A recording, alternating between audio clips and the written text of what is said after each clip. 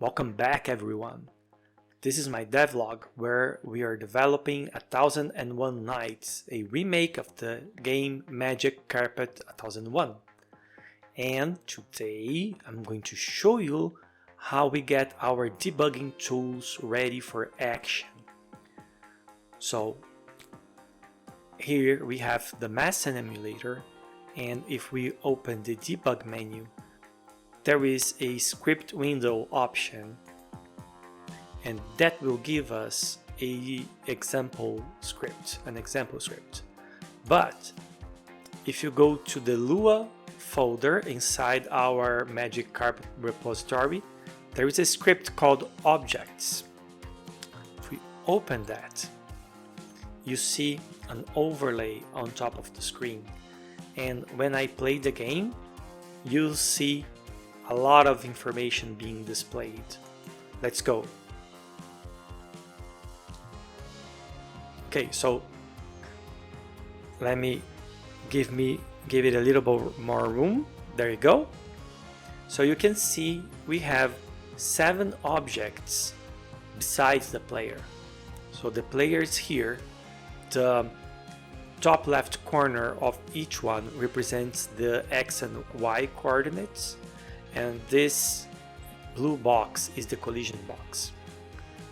Here you can see objects labeled from 0 to 7, which are also represented up here in this object list. So you can see the number of objects allocated on the screen and how many objects we can have at the same time. This is not the number of sprites on screen, which is always 64. That's a limitation of the hardware.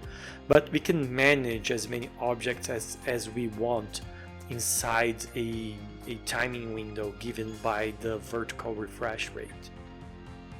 So up here you have some game status. You have the speed. Our current speed is 2. You have the power up, which is 0, state 0. And here you have how many, I think this is the hits. Yes, how many hits you can have. Only 1. So if I get hit now, this goes to 0 and I lose a life. And here how many lives I have. 6, exactly the one seen here below. The stage I'm in, and the enemy wave. So every stage of this game has a series of enemy waves, and we can see how many frames are left for the next one. So the next enemy wave will arrive in 105 frames, and this game it runs at 30 frames per second. It actually refreshes at 60 frames per second, but it only updates at 30 frames per second.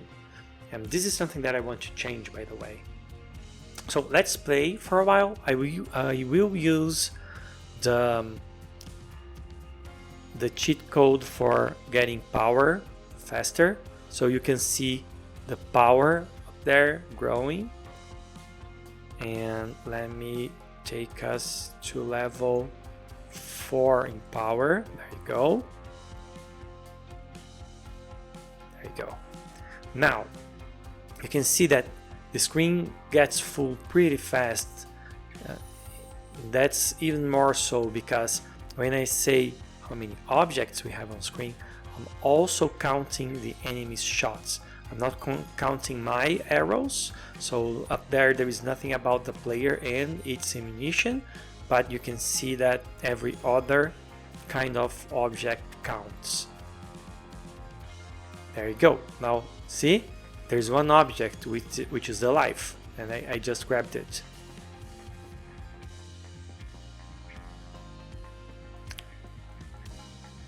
The fact that everything on screen is an object is very interesting because it allows us to make some kind of modifications that maybe the original programmers didn't intend to.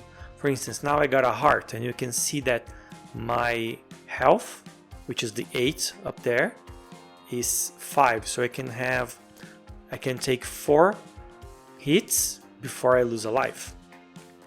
And I can apply any kind of effect on the player For instance, I could have an object that the hitbox spans the whole vertical window, so it is unavoidable, and this object it can be invisible.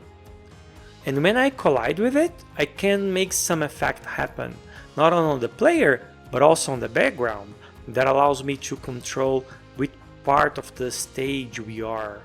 So as you can see, when the progress here, the progress hit 15, we face the boss, and then after we kill the boss, the stage starts again. And the next wave will always start there. You can see we're almost on the third wave now. There you go. And if you don't kill every enemy on time, the next wave will start with the previous enemies on the screen. And if the object list is full, it will just ignore objects that couldn't fit in the list. And there you have it. This is the kind of tool we need to debug our game. Because now I want to change so many things about this game, except the gameplay. I want the new gameplay to be nostalgic, to feel like the old gameplay. I will just implement some quality of life, but other than that, anyone playing this game should feel like it's playing the old one. And that will be it for today. That's a quick update, and next time we will start to strip down everything that we don't need from the original code to make room for new code. See you then.